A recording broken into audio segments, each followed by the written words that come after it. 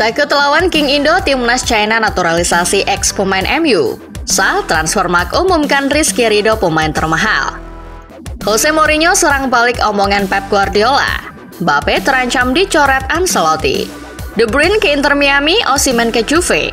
Hai football lovers, selamat berakhir pekan ya. Mimin kembali ingetin nih agar kalian baiknya subscribe dan nyalakan lonceng notifikasinya dulu supaya nggak ketinggalan berita terbaru dan terlengkap seputar dunia sepak bola dari Starting 11 News.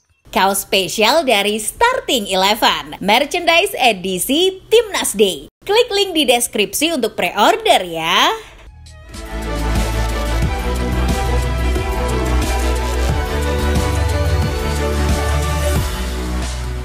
Dari hasil lanjutan Ligue 1 pekan ke-14, PSG tak mampu meraih poin penuh setelah hanya bermain imbang dengan skor kacamata saat bertandang ke markas Auxerre. Meski mendominasi laga, pasukan Luis Enrique gagal membobol pertahanan kokoh pasukan Christopher Pellissier. Meski begitu, PSG tetap memuncaki klasemen sementara Ligue 1 dengan koleksi 34 poin.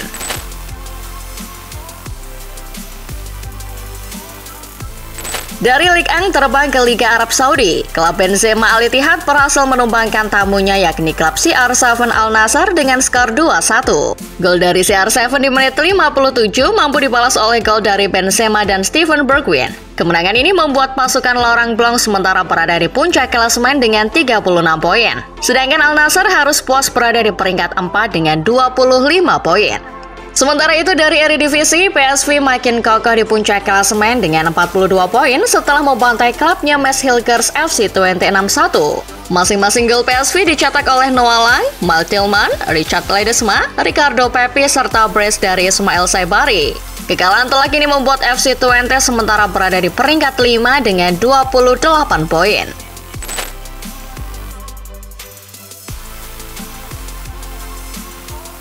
Beralih ke hasil Serie A Giornata 15, Inter Milan sukses raih 3 angka setelah mengemas kemenangan atas tamunya Parma 3-1. 3 gol kemenangan Nerazzurri dicetak masing-masing oleh Marco, Barella, dan Marcus Thuram. Dengan hasil ini, pasukan Simone Inzaghi sementara berada di peringkat 3 dengan 31 poin. Sementara itu di Gebbia Stadium, tim kota Milan lainnya AC Milan justru mengalami kekalahan atas tuan rumah Atalanta 2-1. 2 gol kemenangan dari Ladea diciptakan oleh mantan pemain Milan De Ketelaere di menit 12 dan Ademola Lookman di menit 87. Raihan 3 poin ini membuat pasukan Gasperini sementara berada di puncak klasemen Serie A dengan 34 poin. Dari Inggris, peringatan bahaya badai darat diumumkan oleh Badan Meteorologi Inggris. Menurut Mirror, badai tersebut dapat mengancam beberapa laga Liga Inggris pekan ke-15. Daerah-daerah Inggris yang paling terancam badai itu hampir merata, termasuk Plymouth dan sekitarnya hingga ke wilayah Liverpool dan Manchester. 2 laga Championship yakni Cardiff City melawan Watford dan Plymouth Argyle versus Oxford United sudah ditunda akibat ancaman badai tersebut. Jelang laga derby Merseyside, baik Everton dan Liverpool juga sudah mengeluarkan surat peringatan ancaman badai tersebut pada penonton. Beralih ke kabar berikutnya yang datang dari pelatih anyar Leicester, Ruud van Nistelrooy. Menurut laporan The Sun, pelatih asal Belanda tersebut sedang menjajaki transfer striker muda MU Toby Collier. Van Nistelrooy siap mengajukan tawaran pinjaman kepada Red Devils untuk gelandang berusia 20 tahun itu. Mantan pelatih PSV tersebut yakin bahwa Collier bisa jadi aset kunci perjuangan The Foxes menghindari degradasi musim ini. Van Nistelrooy juga mengaku sudah mengenal dekat Collier selama menjadi asisten Ten Hag. Kabar selanjutnya datang dari MU. Menurut laporan wartawan Christian Falk dari Sky Deutschland, United akan segera menjadwalkan pertemuan dengan bek kiri Munchen Alphonso Davies. Setan Merah akhirnya ikut berburu pemain asal Kanada yang kontraknya akan habis akhir musim nanti. MU bahkan sudah melakukan langkah awal untuk mengadakan pertemuan langsung dengan pihak Davies setelah acara perayaan Tahun Baru 2025. Pembicaraan awal tersebut diharapkan manajemen MU menjadi langkah konkret untuk bisa memujuk Davies hijrah ke Old Trafford. Beralih ke kabar dari La Liga.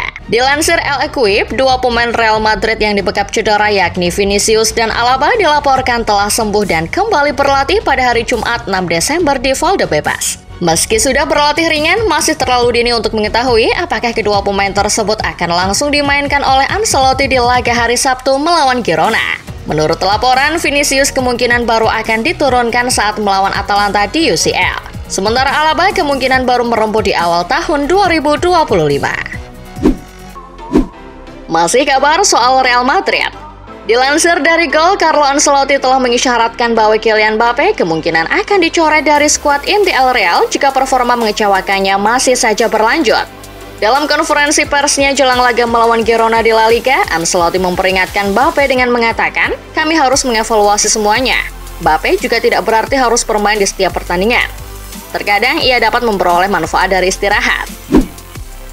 Sementara itu dari Italia, tersiar kabar bahwa Victor Osimhen mengatakan bahwa dirinya berencana kembali ke Serie A musim panas mendatang.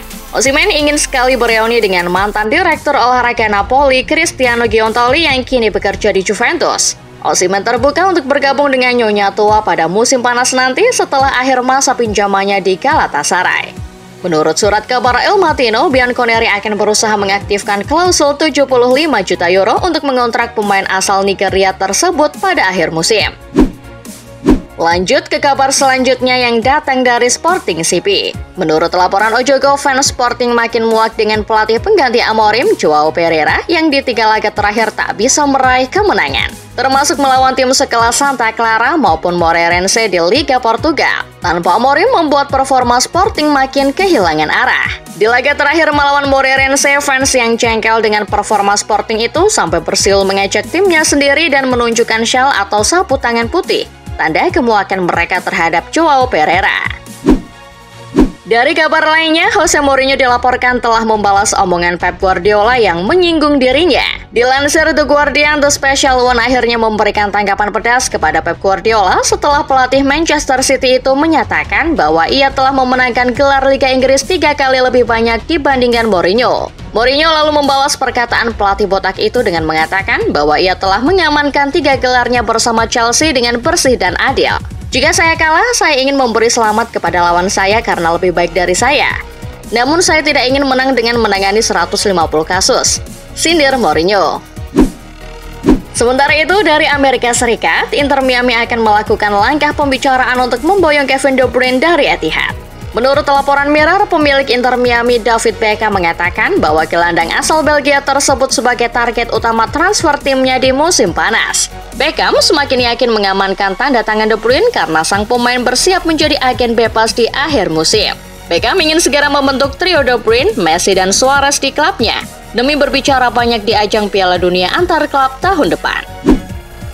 Beralih ke kabar berikutnya, jelang hadapi laga sisa di babak ketiga kualifikasi Piala Dunia 2026 termasuk melawan Indonesia, Timnas China dilaporkan akan melakukan proses naturalisasi pemain. Dilansir dari Okezone, sebanyak 5 pemain rencananya akan dinaturalisasi Timnas China demi bisa bersaing untuk lolos ke babak berikutnya. Kelima pemain itu adalah Ryan Raposo, Christopher Cheng, Oscar Marito, Serginho, dan Tahith Chong.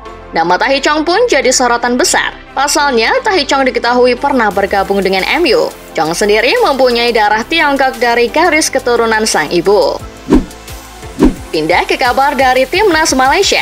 Dilansir dari Super Bowl, sebanyak 2 nama mencuat sebagai kandidat pelatih baru Harimau Malaya pasca Piala AFF 2024. 2 nama tersebut digadang-gadang sebagai calon kuat suksesor Paul Marty Vicente. Namanya juga sudah tidak asing di telinga publik sepak bola Malaysia.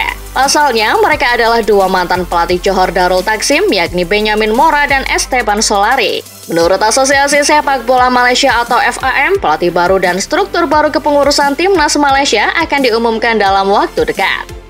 Presiden FAM Datuk Hamidin pun meminta semua pihak menunggu pengumuman resmi.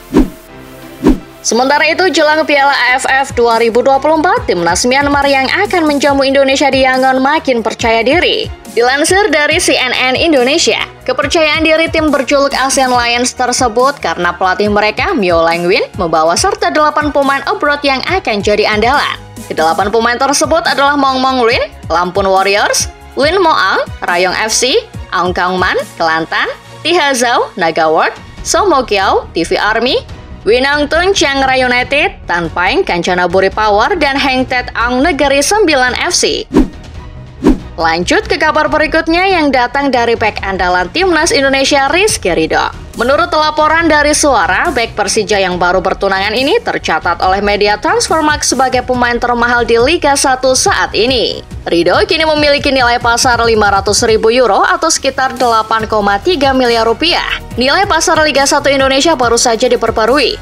Rizky Ridho kini menjadi raja baru dengan menjadi pemain paling mahal dan berharga. Tulis akun Instagram @transfermarkt_official. Jelang laga derby Merseyside Sabtu 7 Desember, pelatih Everton, Sean Dyche memperingatkan Liverpool soal bola mati yang sudah ia siapkan di laga nanti. Menurut laporan Mirror, Sean Dyche mengaku percaya diri bahwa timnya telah kembali ke performa terbaiknya setelah membantai Wolves lewat beberapa gol dari bola mati. Cara tersebut akan kembali ia terapkan saat melawan Liverpool di Goodison Park. Mantan pelatih Burnley tersebut ingin meniru cara Arsenal yang sedang banyak dibicarakan soal keahlian pemanfaatan bola matinya. Sementara itu, Liverpool akan kehilangan salah satu gelandang andalannya yakni Alexis Mac Allister di laga derby Merseyside. Tak hanya saat melawan Everton saja, gelandang Argentina tersebut juga akan absen ketika bertemu Girona di UCL beberapa hari kemudian. Menurut laporan 90 Min, Mac Allister absen karena terkena skorsing akumulasi kartu kuning, itu di Liga Inggris maupun UCL. Di Liga Inggris, Mac Allister sudah mengoleksi 5 kartu kuning saat melawan Crystal Palace, Chelsea, Arsenal, Brighton, dan Newcastle. Sementara kalau di UCL, Mac Allister sudah mengoleksi 3 kartu kuning saat melawan Leipzig, AC Milan, dan Real Madrid. Beralih ke kabar dari La Liga, dilansir dari Sky Germany, Barcelona semakin dekat untuk mendapatkan tanda tangan bek timnas Jerman, Jonathan Tah. Bek Leverkusen tersebut akan tersedia gratis musim panas ini karena kontraknya akan habis. Hansi Flick sudah punya rencana untuk Tah musim panas mendatang. Jurnalis asal Spanyol Carlos Monfort bahkan membocorkan bahwa Direktur Olahraga Barcelona Deco sudah mengadakan pertemuan langsung tatap muka dengan agen Tah, yakni Pini Zahavi di Jerman. Sementara itu dari sepak bola Prancis, tersiar kabar bahwa awal Ligue 1 musim 2025-2026 berpeluang ditunda. Menurut laporan Le Equipe, penundaan tersebut dikarenakan bentrok dengan jadwal Piala Dunia antar klub 2025, di mana di ajang itu PSG akan tampil. Namun kemungkinan penundaan tersebut masih akan dikaji. Apakah hanya laga PSG saja yang ditunda atau seluruh laga di pekan pertama? Keputusan tentang kepastian tersebut masih akan dibahas oleh LFP di pertemuan awal tahun 2025, termasuk untuk mengatur jadwal Coupe de France. Dari Prancis kita terbang ke Italia, dilaporkan oleh Get Football News France. Gelandang Juventus Nicolo Fagioli jadi rebutan 2 klub besar Ligue 1 yakni Marseille dan PSG. Gelandang yang jarang dimainkan oleh Thiago Motta yang dibanderol 25 hingga 30 juta euro itu besar kemungkinan akan meninggalkan Bianconeri bulan Januari nanti. Roberto De Zerbi sudah menantinya di Marseille. Ia adalah salah satu pengagum permainan Fagioli. Sementara PSG tak mau kalah dengan Marseille. Ia menawarkan bek yang sedang diinginkan Juve, Milan Skriniar, sebagai alat tukar untuk mendapatkan Fagioli. Lanjut ke kabar berikutnya mengenai proyek Liga Super yang ternyata kembali dilanjutkan. Menurut laporan Mundo Deportivo, diam-diam proyek Liga Super ini akan ada perkembangan dan akan diumumkan secara resmi beberapa minggu ke depan. Hal itu disampaikan langsung oleh inisiator Liga Super, Florentino Perez. Perez mengungkapkan bahwa dirinya tetap akan berupaya agar kompetisi ini dijalankan pada September 2025. Sebagai perkembangannya, sebanyak 60 klub diklaim sudah bersedia mengikuti ajang ini. Dilansir dari Mirror, Dewan Asosiasi Sepak Bola Internasional dilaporkan sedang menguji coba peraturan baru sepak bola, yakni wasit akan memberikan sepak pojok untuk tim lawan apabila kiper memegang bola lebih dari 8 detik. Peraturan baru ini sudah diuji coba di kompetisi IPL U21 serta kompetisi bola di Malta. Uji coba aturan ini juga segera diterapkan di Liga Italia U20. Jika perkembangannya bagus, aturan baru ini mungkin akan diterapkan lebih luas.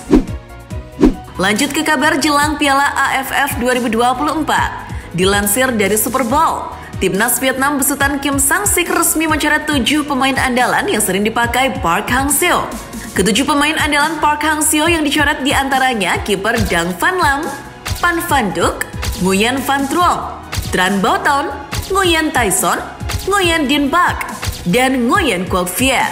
Alasan mencoret beberapa pemain tersebut menurut Kim adalah karena pertimbangan taktik dan pemain yang sering sakit-sakitan. Di Piala AFF nanti, Kim Sang-sik telah resmi membawa 26 pemain, termasuk striker naturalisasi, yakni Rafaelson. Sementara itu, Timnas Indonesia dilaporkan masih menyisakan 2 slot di skuad Piala AFF 2024 nanti. STY hanya membawa 24 pemain dari 26 batas kuota pemain. Dilansir Bola Sport, 2 slot sisa tersebut dimasukkan untuk menunggu kabar kesediaan Ivan Jenner dan Justin Hubner. Meski klub Jenner dan Hubner belum mengizinkan, PSSI terus berupaya membujuknya. Seperti apa yang telah berhasil dilakukan PSSI ketika melobi Rafael Struijk ke Brisbane Roar. Beralih ke kabar berikutnya yang datang dari pemain naturalisasi Timnas Indonesia yang dilaporkan tertarik dengan Liga Korea atau K-League. Dilansir dari Suara, pemain tersebut diantaranya adalah Ragnar Oratmangun. Ketertarikan pemain naturalisasi terhadap K-League bersumber dari keterangan yang diuraikan asisten pelatih STY, Yoon Ki-hoon. Coach Yoon banyak ditanyai oleh pemain naturalisasi seperti Wak Haji Ragnar tentang bagaimana atmosfer di K-League. Setelah diceritakan panjang lebar oleh Coach Yoon, para pemain naturalisasi tersebut jadi makin tertarik dan penasaran untuk mencobanya.